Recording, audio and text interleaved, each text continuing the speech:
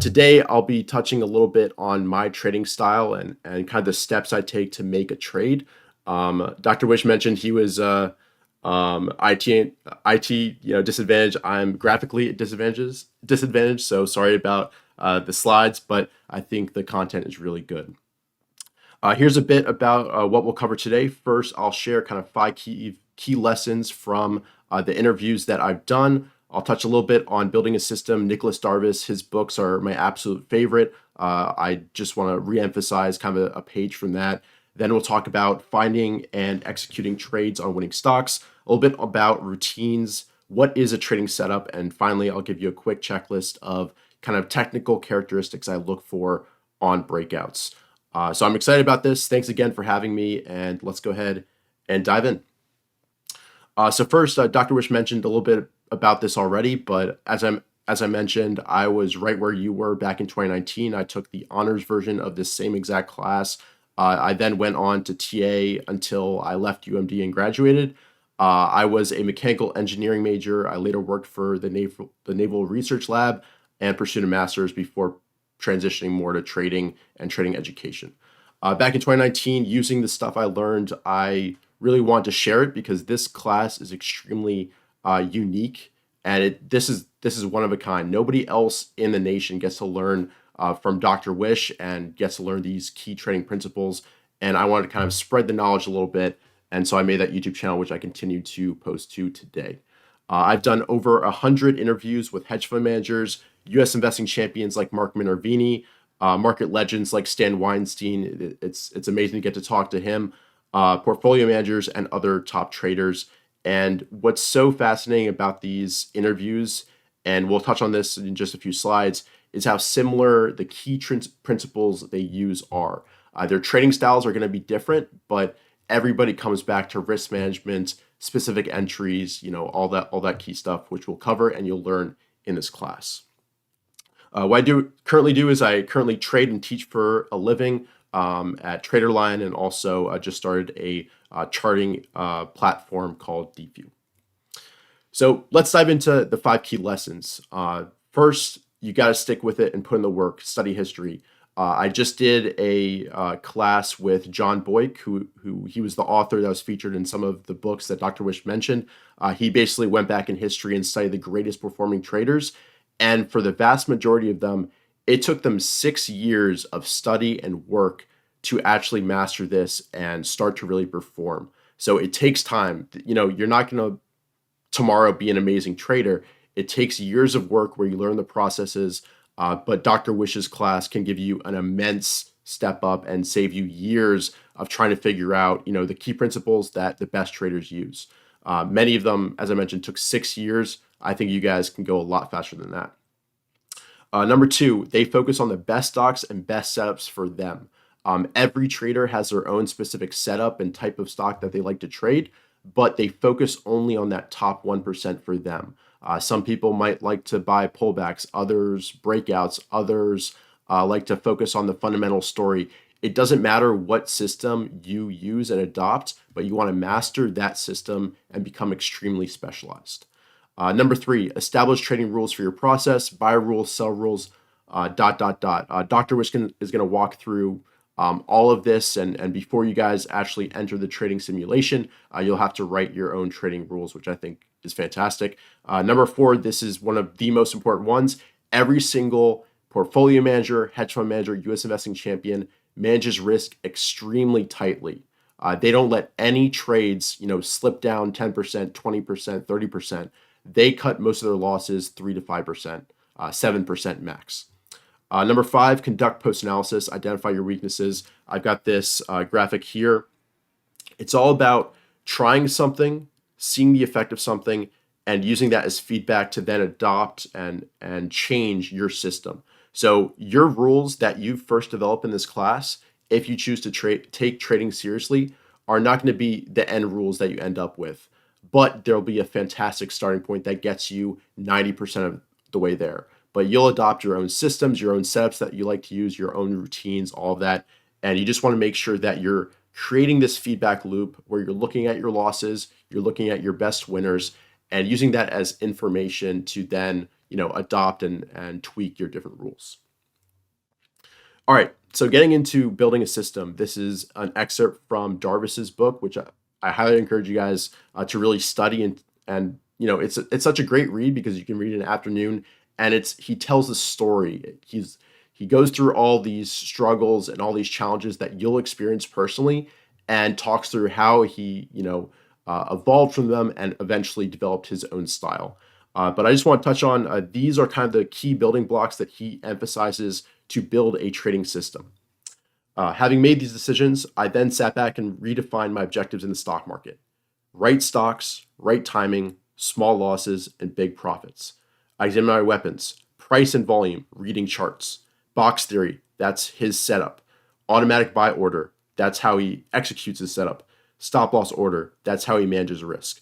So these 8 bullets here, you'll learn amazing depth about these 8 bullets, but you always want to come back to this. And if you feel like you're losing your way, simplify everything, come back to this list, reread this, and try to refocus your attention. So I think this is a really key slide here, and definitely take his book seriously. It's a really easy read, and I highly recommend the rest of his books as well. They're equally as good, but not quite as well read. All right, so here's kind of the meat of what I'm going to talk on today. How do you find and execute on a winning stock? There are kind of 4 main steps that I kind of identified, and we'll kind of go through pretty much the first 3 today. First, you have to get the stock on your radar. You're not going to be able to trade a stock if it doesn't come into your system. You don't have a screen for it. It's not on your watch list. You don't find it somewhere else on social media, on Twitter, on IBD, whatever. If it's not on your radar, you can't make a profit on it. Then once you've got a watch list of promising stocks that overall look good, whether that's technically or fundamentally, you then have to identify a promising setup that's repeatable, where you can manage risk and has a positive expectancy. From that point, it's about finding the precise moment to enter the trade and then managing your risk using a stop loss. And I'll touch on how I do that today as well.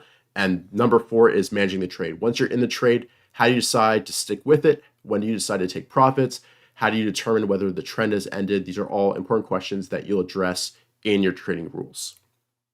All right, so section 1, get the stock on your radar. All right, so to get the stock on your radar, you're going to need to establish routines. And these might seem boring, but over time, you'll get so efficient at it and quick at it, and you'll start to really love looking through charts and kind of trying to find the treasure chest. That's what David Ryan calls it. Finding the charts that just stand out and are those golden opportunities. So this, it could be around 2 hours on the weekend. This will get faster. Inputs, screens, and lists. I list a few of the ones that I use here. I'm basically looking for pretty fundamentally sound stocks that have shown relative strength and have strong potential and momentum. Then the output from this system, you have these lists, you have these screens that go into your weekend routine, and what you come out with is your final focus list, the list of stocks you're focused on, and situational awareness about what are the market conditions. Dr. Wish has his GMI that lets him know, is it right to be trading right now, or should I be completely out of the market? That you can also use analyzing the stocks themselves along with the market indexes to decipher, how aggressive should I be in the current environment. So that's kind of the 2 main objectives: find stocks and get a sense of what the market health is. Then I think this is really important. That's why I bolded it. If you don't do your routines, you're not ready to trade. If you don't put in the work, why do you expect you can find success? You have to set up your plan so you're ready to go. You've got your alerts set. Everything's ready for that week. So building that final focus list, here's kind of what I like to do. From the lists that I create here, and I've kind of got a few cuts where I first, cast a wide net, get 60 stocks. Then I try to refine until I'm left about 10 to 15 names for that weekly focus. And I try to find the best potentially actionable stocks that could move that week. And that's based on analysis of the chart, which you'll learn in this class. And this is really key. This is something that I always try to remind myself of. The stock should be set up on both a weekly chart and a daily chart. For my system, that's what I found yields the best success. And as I said here, it's around 10 names depending on the market. If there's no setups out there, I'm not going to force myself to put 10 names on my list. I'll just put one or two and watch them carefully, because that's kind of feedback from the market telling me it's not time to step on the gas. All right, so here's a reminder. I mentioned this already. Whatever your system is, focus on the top 1% of stocks. These should be visionary stocks. The story is what drives the stock up 1,000%, and many of these are part of thematic moves. Tesla in 2020, many of you probably saw, its amazing move. That was because EVs were super hot. There were many stocks that year that were acting well, part of that theme, part of that group. So that's key. You want to look for stocks that are changing how we work, live, and play. Tesla, Google, Chipotle, Facebook. Think about how many people on a daily basis these companies touch and impact and change their lives. That's the type of company that we want our stocks to be able to grow into. We're looking for that growth into that company that changes everything. Shopify, and we want to find them when they're new, when they haven't had that significant growth yet, but they are growing very rapidly, and it's realistic to think that they could become that. And a quick thing to think about when you're thinking about finding stocks, in addition to screens and technical patterns, is look at brands that you use today, are kind of new and upcoming, and try to find ideas that are a little bit different. I've got an example on the next slide. And recent IPOs, they've got an N factor, a new factor by themselves, and they often can have tremendous moves, often after a period of consolidation. Another thing to consider is top tier fundamental numbers, greater than 40% earnings growth, sales growth, great annual and quarterly EPS estimates. You'll learn more about this in this class, so don't freak out because you don't know what this means just yet. And we also want top tier technicals. On all time frames, we want them to be in uptrends, new highs ideally. We want to see power in the chart, price action power, tight price action, clean bases. We want to focus on stocks that have doubled and showed relative strength during corrections. And again, you'll learn so much more about this throughout the class. So just think to yourself right now, have you heard of Elf Cosmetics? Probably some of you have. This is just a good example of a stock over the past year that's done incredibly well.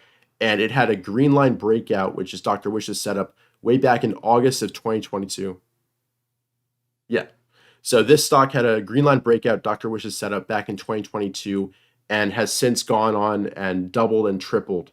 So just I've highlighted here, this is an article that I read up on them. A big reason for their growth was that they were investing in something new. They were investing in advertising through TikTok and other social media.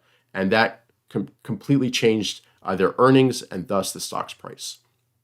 Here's the weekly chart. So we were looking at kind of this area on the daily chart. Here's the green line breakout. And you can see from there, it was around $30 a share. And now it's at $140 a share. I can't quite see. I've got my video covering that. But it's had a tremendous move. There's been many opportunities, bases, spots to get in. First off, you've got this green line breakout.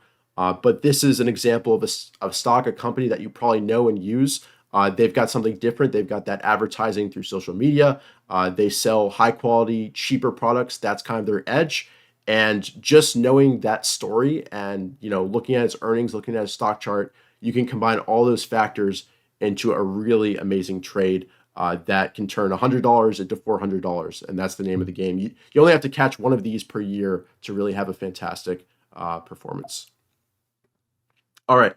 So getting into the daily routine, once you've got that weekly focus list, how do you decide what to focus on a daily basis? Because the less stocks you focus on, the better you're going to execute, the better entries you're going to get, and the easier it is to manage risk and everything else. So here's a few of the things. I won't go into too much detail here, but come back to this in a few weeks. Pre-market, I think about what is the market doing? What could the market do today? How will I respond? On any positions I have, I'll adjust my stops, double check them, set alerts both to the upside and downside, so I'm alerted automatically if the price moves dramatically. I set a daily actionable list of only about 3 to 4 names, determine stops, position size beforehand. During market hours, then it's all about executing on this plan that I set in pre-market, and post-market, I'll screen for new ideas, go through watch lists, and adjust stops. So again, we've got this funnel. We take in the market action, daily setups, into our daily routine, and what comes out is daily actionable lists and these actions right here. There we go. All right, so identify the setup. This is the fun part. What is a setup? And Dr. Wish recently spoke at the class we did with John Boyk and kind of went over this as well. This is kind of my version of his same slide. what is a setup? Everybody talks about you got to trade a setup, you got to find your setup. For me, it's a repeatable price pattern that indicates that a stock is under accumulation and is a key at a key spot where we can expect a directional move. We're looking for big volume on this move up. We're looking for strong prior price moves on this move up. We want to see power on this move up, and that's based both in price and volume. There must be a clear pivot point to trade against and a logical spot to place our stop loss. And ideally, when it comes out through this pivot point, which I'll touch on in just a second, this dotted line here, this simulates a stock chart where it moves up, consolidates, moves up again, breaks out through this high. This is the pivot point right here. We want to see explosive volume again, and ideally on the day we enter, we have a profit, and on consequent on the days after that, we also continue to gain value on the stock. So what is this pivot point right here? What does that mean?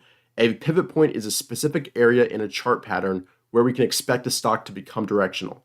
When the stock rallies up to this point, we either expect and anticipate that it's going to continue higher, break through that level on increased momentum, or it will fail and fall back and continue to consolidate. But this level, because it's a significant prior level created by the chart, created by supply and demand, we expect the stock to make a decision right here to either accelerate to the upside or accelerate to the downside. And if we enter here and it accelerates to the upside, great, we're at a profit right away. If it fails, reverses down on increased volume, the stock just isn't ready yet and will take a small loss and move on. So here I expand here. A pivot point is where the energy can get released. For me, it's often the high of a tight range, and I'll go through some examples in just a minute. And a tight range is basically a series of days where there's not much movement up or down. So tightness in the chart where days don't really move too much. So this is my preferred setup. As I mentioned, volatility contraction up the right side of a base. You'll know exactly what that means in a few weeks. Then a flag, price shelf shortly after the breakout, after a green line breakout, for example, that you'll understand what that means in a few weeks. And then again, I usually manage my risk by using a stop loss at the low of the day or low of that contraction. So a stop loss is an order that you place in with your broker that automatically sells a stock, sells your shares, sells your position if the value of the stock falls to a certain level. So if you buy it at 20, you can set a stop loss at 18. So if the breakout, the pivot point is at 20 and the stock doesn't do what you expect and instead reverses down to 18, you basically are out of the stock, you automatically sell it.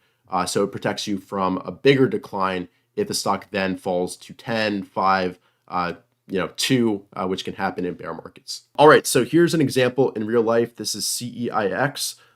It just had a green line breakout a few weeks ago, which again is Dr. Wish's one of his main setups.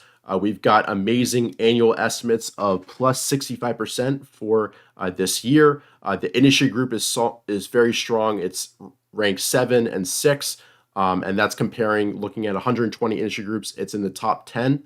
And it's currently in the coal space. We've seen some rotation into that area, especially last week and this week. And this is a stock that on the weekly was set up nicely this week. Here's the daily chart. This is from yesterday, and I entered this today, and I'll show the chart later on. But this is exactly what I look for. It was in a long-term base. You can see the green line that we had on the weekly chart. This line here is this green dotted line right here. We tightened up again. We tightened up a third time. I set my alert to buy right through this range, and you can see how tight it is. It basically goes sideways here. And I was looking to buy through this level. We did get a gap up today. I bought close to the open, and it's closing pretty strong. So I'm looking for this tightness on the right-hand side of the chart. And this is my pivot. All right. So what happens if a breakout fails? This is a chart of PLTR. The screenshot was from yesterday. We had a breakout move through this low cheat.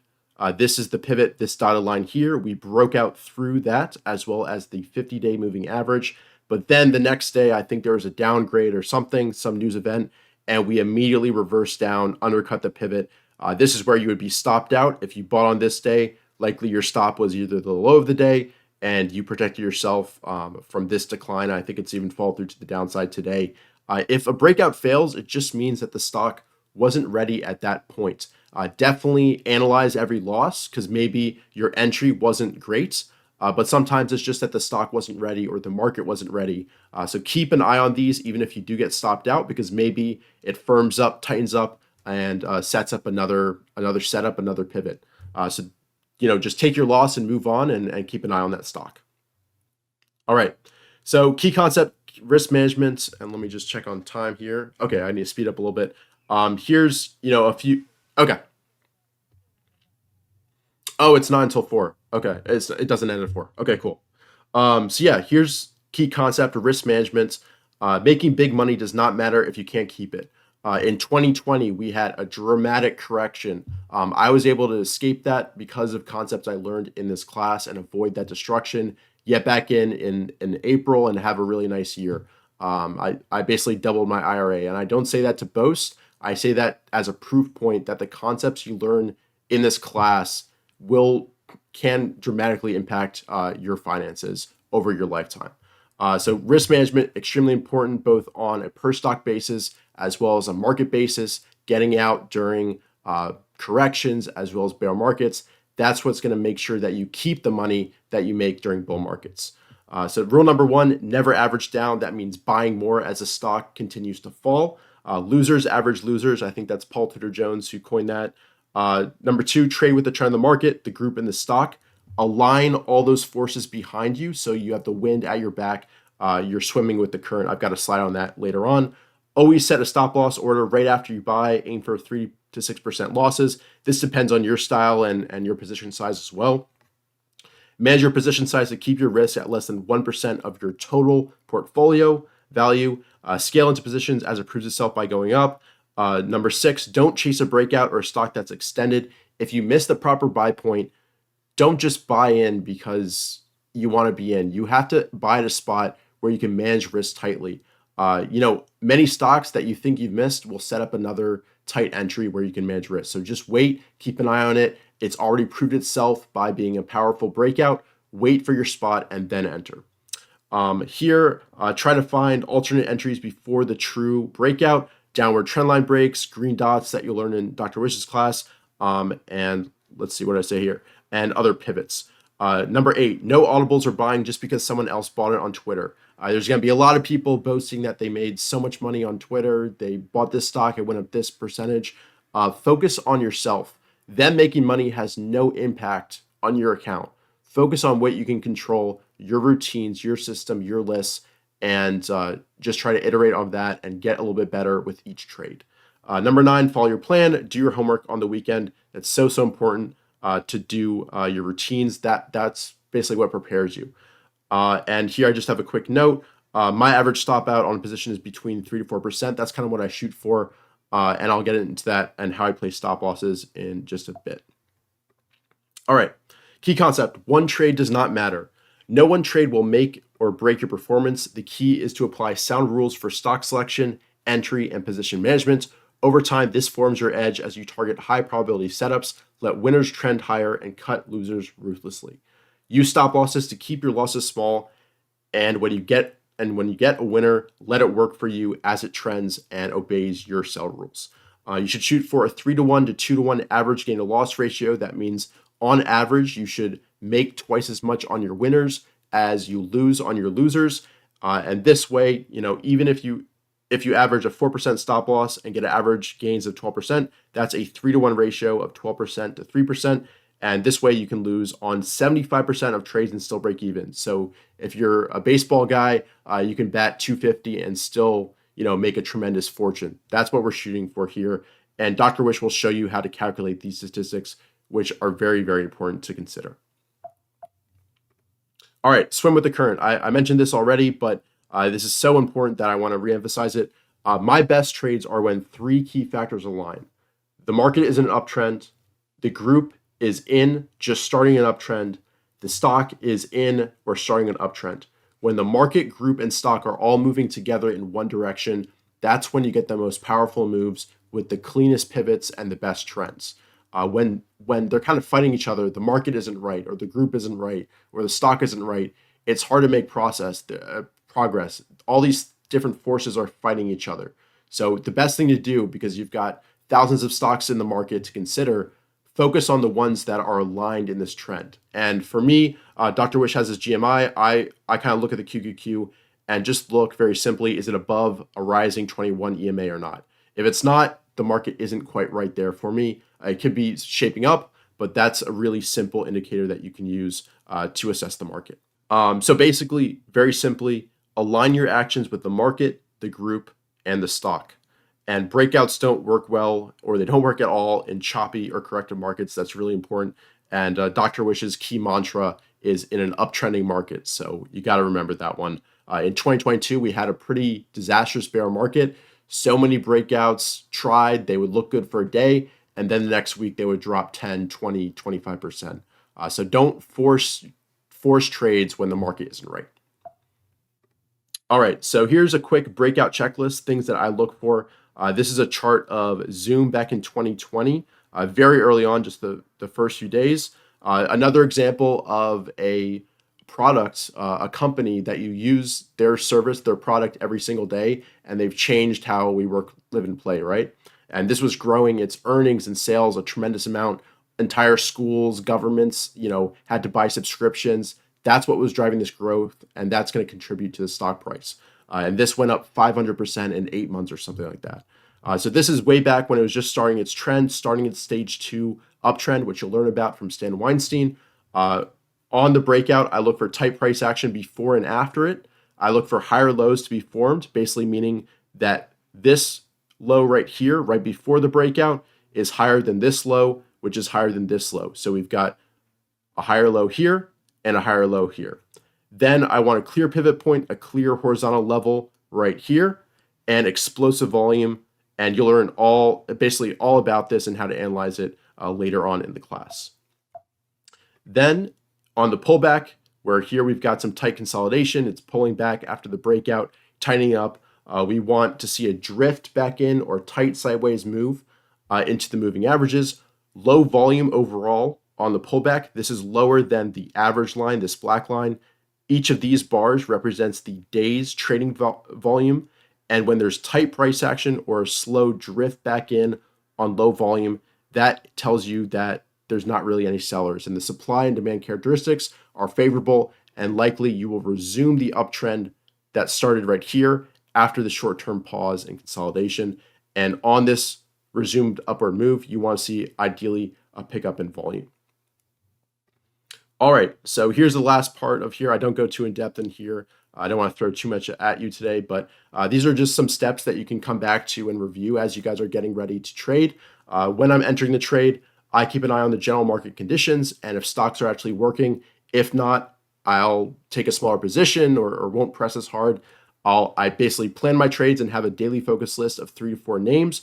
3 to 4 names, that allows me to focus on just a few, set alerts very tightly, and execute well when I do enter them. If you've got a list of 10, 20 names that you're trying to pick between to enter, there's just too much information coming in and you won't be able to get good entries. And it's better to manage a few stocks really well than manage, a wide bucket of stocks, not so well or poorly.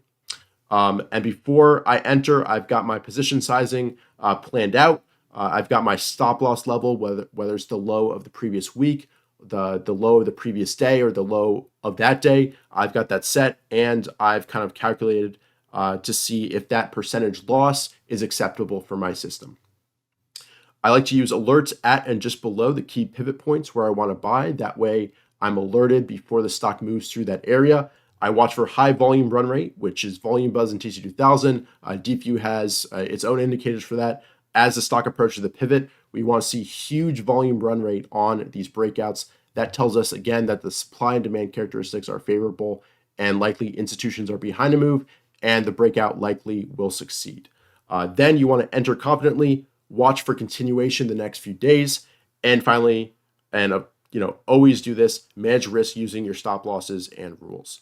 So that's kind of the keys for entering the trade. And I don't actually have too much here, but this is, again, some advice for this class. There are not many classes or teachers out there that can change your life and financial future. This is one of them. Work hard, learn the concepts, take good notes, and this will be one of the best classes you ever take. I know this is one of the first classes you're taking in college, but take this one seriously. Dr. Wish is one of, if not the best teacher I've ever had. He truly cares about your success. And this topic is, it's not just some, elective that, may or may not impact you in your life. Financial education is extremely important. And this class can completely change how you think about money and can completely change it for the better. So take this seriously. And that's pretty much it. I do have a follow-up. This was the CEIX charts that I showed earlier with the setup. This was the tight price action. This was the gap up. I bought this at 88.43 this morning. It's closing pretty decently last time I looked, so I still had this.